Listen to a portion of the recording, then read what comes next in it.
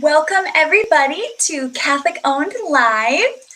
I'm your host, Brooke Joyner, and today for the Wednesday show, we have a wonderful guest joining us. If you haven't met her yet, I'm excited to introduce you to her. So, thank you so much for joining us. Today, I am joined by Kate Fossbender, and she does some incredible work. But first, Kate, thank you so much for joining me. Thank you for having me. Of course. So I'm going to read Kate's bio. There's a lot of good stuff here. So we'll just dive right in, and I'm just really looking forward to our conversation with Kate. So, Kate is a dementia educator and arts and the founder of Dementia Letters Project, as well as the Hem of Christ. She has over 20 years of experience accompanying those living with dementia as both a family care and professional care partner. She specializes in creative engagement and uses tools from her formal education in creative arts therapies and classical arts training to support those living with dementia and their care partners. Kate serves as a mentor for the Given Institute, walking with young women as they discover the gifts they have to give. And after 15 years of living on the East Coast, she's now returned to her home state of Wisconsin. Yeah. So many good things, Kate, and I'm just honored to first and foremost have you as a longtime member of Catholic Owned. So that's an absolute honor. But I would love to just kick off with kind of the basics. I feel like you know better than me, but dementia is such a prevalent issue and condition in our society. Can you kick us off with what should people know about dementia? Yeah. So going back to the very basics, dementia itself is not a diagnosis, but a grouping of symptoms. Specific diagnosis would be something like Alzheimer's disease, vascular dementia, Lewy body dementia. And so I think some confusion enters in when somebody themselves or a loved one, they're thinking something's not right here. Is it dementia? When they go to a doctor, if the doctor says, "Oh, you have dementia," see you next month, in 6 months, whatever it may be, that maybe that's something that they should consider going to a different doctor, because dementia itself is not a diagnosis, and it's almost an umbrella that all these other diseases live under.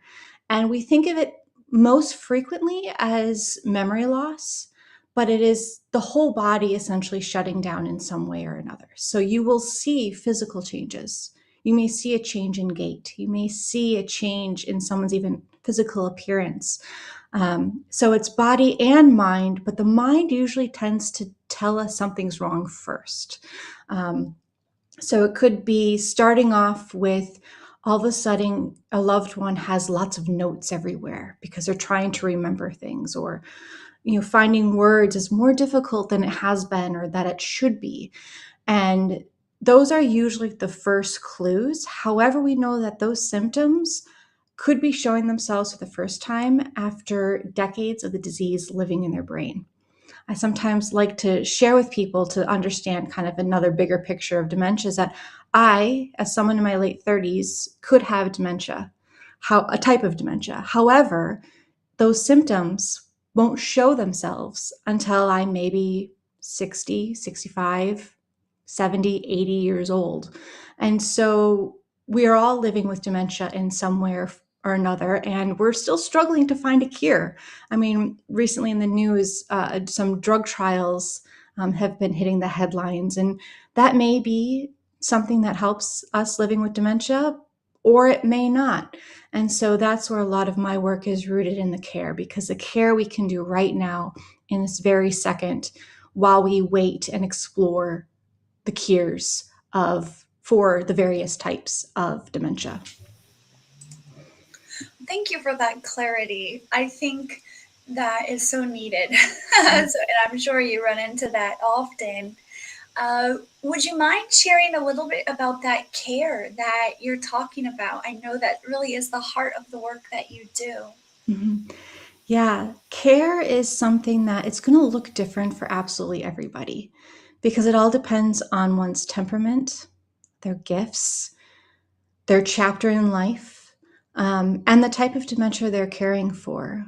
I was in some ways a secondary caregiver for my grandmother who had vascular dementia. I was in high school when she was diagnosed, so I certainly wasn't even old enough to be a primary caregiver for her when I had parents and other people that could step into that role.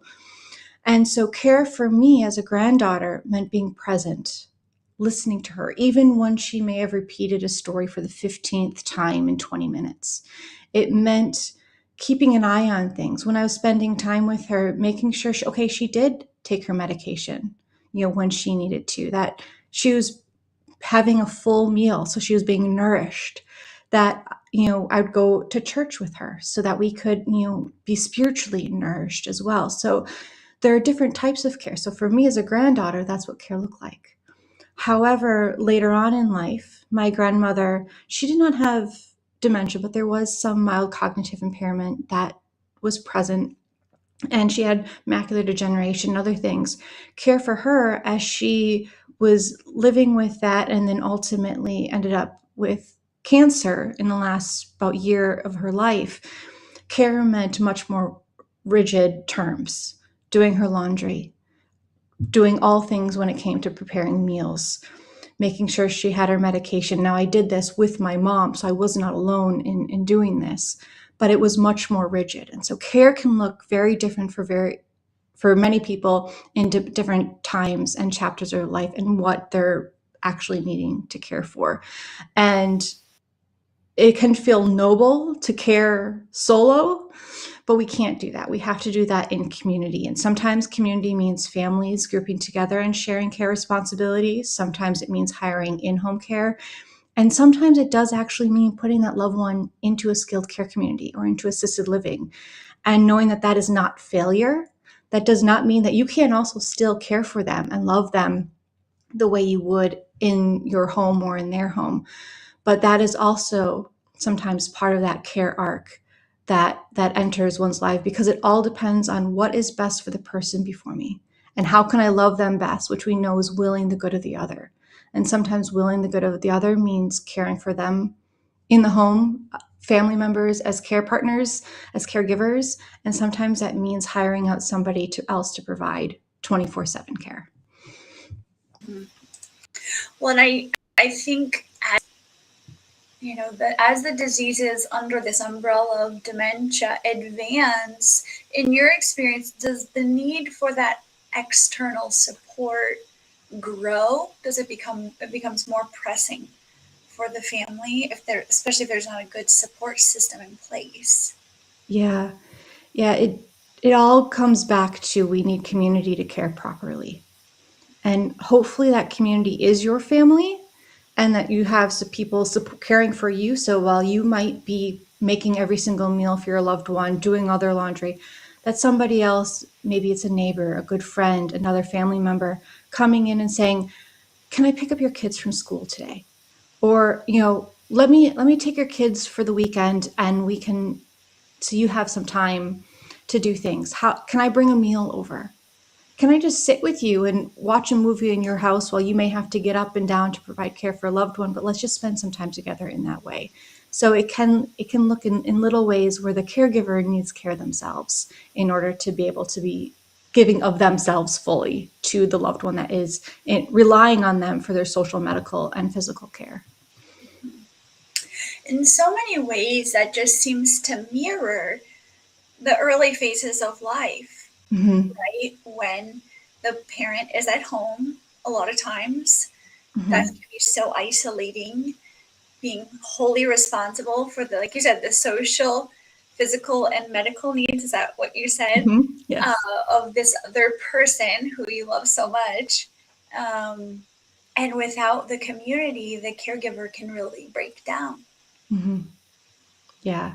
And I have accompanied caregivers sometimes when it's almost too late. They themselves have put themselves into financial ruin, physical ruin, social ruin, everything about who they thought they were and what they needed in life was stripped away because they gave everything to care for their loved one, yet they were not receiving care themselves. And so it's also not uncommon that that caregiver will be the first to die, or that caregiver will be the first to need to actually move into a higher level of care than the loved one that they're caring for. And so we don't want to see anybody have to go through that, to the point where they've cared so much and have received so little that they themselves can no longer care for their loved one. And so we as a community, and I even put out a call to the broader Catholic Church community, our parish communities, how can we take, scan the pews at Mass on Sunday? Who isn't there that normally is there? Who's there that just doesn't seem to be themselves? And how can we check in with them? Because sometimes receiving care when you're caring for another one, all you need is that person to notice, say, hey, how you doing? I'll be praying for you. Let me know if I can do anything for you. And, maybe later this week, I'll stop by with some flowers or something. It's little things that we can do. Some things, many things don't cost anything other than maybe a few moments. Other things, we can go grand and go all out, but it's that broader scope of what's going on around me and who can I care for in this moment in little ways, especially if they're caring for somebody else. That got me thinking. I wonder, are there initiatives or things, like there are communities kind of around lots of things at parishes. There's like a million Monicas, right? Like the moms that are praying for their children who have fallen away. I'm thinking of like the Exodus 90 men's groups. Is there something for like caregivers to have community at the parish level? There are, in certain instances, very locally held at a parish, sometimes officially part of the parish ministry, sometimes unofficially, but we don't have anything nationwide or even globally that's kind of universal that we have. And so that's part of the work that I'm trying to figure out. How do I play a role in making sure that at least every diocese has something? And that can look many different ways. And so I'm kind of grappling with what is my role in making sure that we can do more, because for a time I was living in New York City, and my parish there had a very vibrant care ministry that would go out to skilled care, that would touch point with families, that would go into hospitals, and more than just bringing them communion, but actually spending time with them and saying, how can I help you? How can I accompany you in stronger ways? And yet the parish where I am now, we don't have anything, nor was the parish in Rhode Island where I was. It didn't have anything. Mm-hmm. And so I think there are areas where we have a lot of work to do, but there's a recognition of it there. So yeah. There's a hope that something can take place. Well, and even if, there's not necessarily like, goodness, I'm just kind of going on the fly here, but I love that idea of the extraordinary ministers going out and bringing the Holy Eucharist, and that's linked up. I think that's really smart. Mm-hmm. But even just like a support group, like mm-hmm. led by one person, one volunteer, and just you're in a WhatsApp chat together. Mm-hmm. And then maybe that care, so it's almost like a support group, and then the carers of the carers is almost a separate thing that is sort of pouring into the community. Mm-hmm. Because sometimes it's just knowing you're not alone. Mm-hmm. Right? Yeah. So, okay. Well, anyway, I want to ask you, tell us about your work, because I know we're maybe leading into that. Tell us about the work. You have Dementia Letters and mm-hmm. Hem of Christ. And mm-hmm. I really want to flesh out what each of those are. So should we start with the Dementia Letters? Sure. So Dementia Letters was originally just a life enrichment program that I developed. So I have been in care in some way, some capacity, since I was in middle school as a volunteer going into memory care, and then continuing that in high school, then caring for my grandmother. I studied art therapy and drama therapy at university, and then I thought I was going to be a clinician. That was not the door God wanted me to walk through at that point in time in my life. And so I worked in life enrichment. And I worked in the last community that I actually was full-time employed by. It was frowned upon if somebody talked about dementia. If a resident said, I have dementia, these are my concerns. And they were shushed. And I don't believe that that is right, that is good, that is truly caring for the person, loving the person before us. And so I wanted to come up with a way that could address those concerns that that person had, but wanting to talk about the fact that I'm in the early stages of dementia. I kind of know what's ahead of me, but I'm terrified of what's before me. And so there was one day I wrote Dear Dementia at the top of a piece of paper, and I slid it over to the resident, and I said, write whatever you want to dementia. And they wrote a letter. And at the end of when they were done and they had signed it, I said, now you have some choices. Do you want me to bring this home with me and mail it to you? Do you want to rip it to shreds and never see it again? Do you want to mail it to a loved one? Or do you want to put it in your dresser drawer to look at later, or to have a loved one discover at a different point in time? And this person wanted me to mail the letter to them. And it kind of became this life enrichment program that we could do that still followed the community guidelines of not talking about dementia, not talking about our ailments. And that's a whole other rant I could go on, and I'll spare you that. And simultaneously, while that was going on, I was also discovering that I had a gift for teaching, and teaching specifically in dementia, things that were intuitive to me, as well as things that I'd studied formally, learned through just experience, years of accompanying those living with dementia and our elders in general. And I came to the point where I was like, I need to do what I thought I would never do and start my own business. And so I didn't know what to call it. So I called it the Dementia Letters Project. And a prime element of that work still is letter writing. So I have a pen pal program that I work with, as well as helping those individuals living with dementia and their loved ones write letters to dementia as a way of just kind of processing, what does it mean that we now have dementia? But it has certainly grown much beyond that. And I do a lot of dementia education. I have trainings that I do that require, that fit those state requirements, the 8-hour, the 4-hour, the 2-hour, whatever in dementia. But I also do a lot of training in creative engagement. And how do care communities, from the housekeeping staff all the way to administrator, how do they work together as one unified team to care for each resident, and how each person on staff in that care community is part of the social care, is part of the life enrichment team. And so I train staff in how to do that. And then I have some special projects that I do from time to time, life enrichment via Arts Access program, going into museums and leading programs, memory cafes. And I'm currently exploring a new special project where we use educational theater to bring education to the families. How do families stay united in dementia?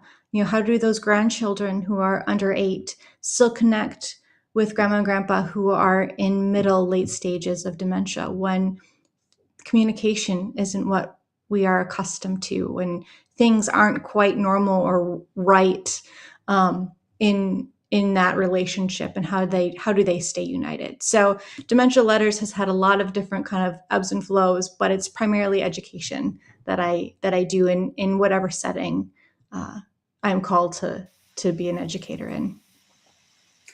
It's I just always come back to, whenever I think about your work, that it is so wonderfully honoring the human dignity Mm-hmm.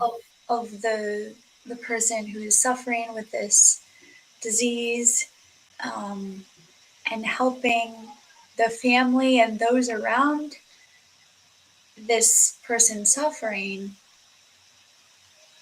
to have their own dignity, recognized and honored, but Mhm. also empowering them to do the same for this person who obviously it's really hard for them, right? Yeah. It's really, really hard, and it can kind of be messy or ugly or frustrating, so many challenges. But finding that way to honor the human dignity at every phase, even when those hard moments are happening, Mhm. that's really the beauty I find that I just observe in what you're doing. Um, so that's the Dementia Letters Project. Can you Mhm. tell us a little now about the Hem of Christ? Sure. So that was something, again, I did not think I was going to start anything else. When I graduated from college, there were a number of people that said, "Oh, you'd be great in the nonprofit sector. You should be an executive director of a nonprofit. You maybe should start your own nonprofit." And at the time, I was like, "No, I'm not doing that. I'm not going to start a nonprofit for the sake of starting a nonprofit. I have this other trajectory. I don't see myself in that world, even though I had been sort of adjacent to that world via being active in community theater and other organizations." And a part of the Dementia Letters Project was always an element of faith. So making sure that parishes had access to dementia education, the priests, the staff, the lay ministers, as well as making sure that parishioners who were no longer receiving care in the home were receiving quality care in their faith, in their spiritual life outside of the home. And there came a point where I realized that work could not really serve the way I wanted to by still remaining under the Dementia Letters Project, and that I needed to pull it out. And there was one Sunday in 2017 where the gospel was the woman reaching out to touch Christ's hem. And I call it my Holy Spirit frying pan moment. I felt like in that moment, as I was hearing that part of the gospel, the Holy Spirit whacked me upside the head with a frying pan and said, "You will start a nonprofit. You'll pull out the work of your faith, put it into this organization, and you will call it the Hem of Christ." Because those living with dementia are themselves reaching out, trying to touch Christ's hem, believing that they'll be healed if they touched it. And so I still didn't know exactly what to do with that, but I took it to prayer. I took it to spiritual direction. I had conversations with lots of different people. And then in 21, I actually made it happen. I turned it into an organization that accompanies those living with dementia to help keep the faith alive. And so I still provide training to parishes. So if a parish priest says, "Hey, we have dementia in our parish, can you please come and train our staff? Could you do a workshop for our parish community?" I will certainly go out and do that. And over the years, I've been mostly a retreat organization. We've been providing retreats for those living with dementia as well as their care partners on various themes, sometimes liturgical, with the liturgical seasons, Advent, Lent, other times in very specific topics. One that I'm currently revamping is "Who Do You Say That I Am?", which is a retreat specifically for those care partners who lost a loved one who was living with dementia and are now at that point where going, "Who am I now that I'm no longer a caregiver for my loved one living with dementia?" And so various retreats like that. And I also, like as I mentioned earlier, feel kind of this pull towards what can we do to better equip the church and the people of the church with everything that they need to walk alongside someone living with dementia, even if it's just sitting next to them in the pew every Sunday and nothing else. How do we provide the support that they need so that they know how to keep those living with dementia included in our parish communities and in active in the sacraments? And how do I do that? And then I also have an element of, with the rise in assisted suicide, what is my role in that? Do I have a role in that? I don't know what that is yet, but that is kind of on my radar and things that I will have to be thinking about moving forward. Well, and there's so much there and so much beauty there. Um, and I think most people have just never thought of all this. And so it's so important that you are.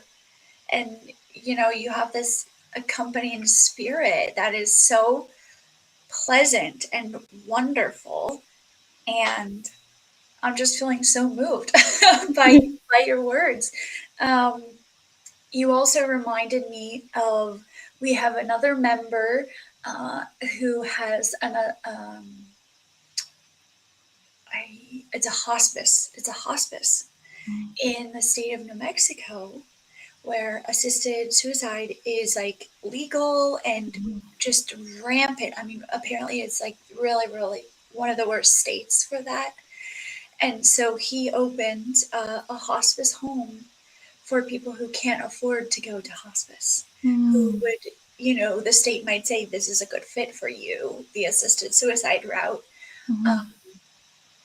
you know, he doesn't charge him anything. I mean, it's just like this very beautiful and moving ministry that he and I believe his wife have started.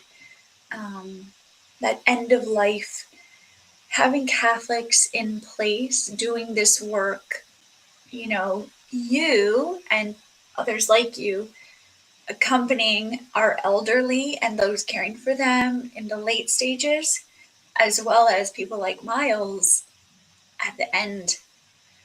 It's so important to have that Catholic perspective and influence and provision for so many people. Obviously, we know you can't be there for all of them. Miles can't Mhm. be there for all of them, right? But the Mhm. ones that you are serving, it's such a big impact for them. Mhm.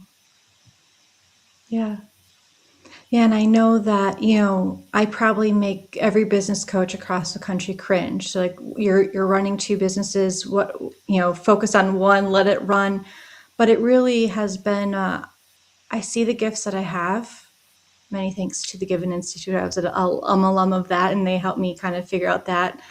Uh, and go, okay, where are the open doors where I can plant a seed and then back off and know that, okay, someone else is now thinking about this. It's not just living in my heart or in my small community. Because I do know that I can't reach every single person in my state of Wisconsin, let alone, even the region of the Midwest or the country.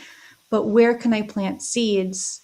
And I truly believe that in this chapter of my life, planting seeds means doing these two things simultaneously, being a face of dignity in the secular world, and also having a place in the Catholic world to plant seeds and to inspire other people to say, oh, maybe I'm not equipped to be a dementia educator. I'm not equipped to be a professional care partner, but maybe I start a spiritual support group at my parish. I can do that. That does align with my gifts.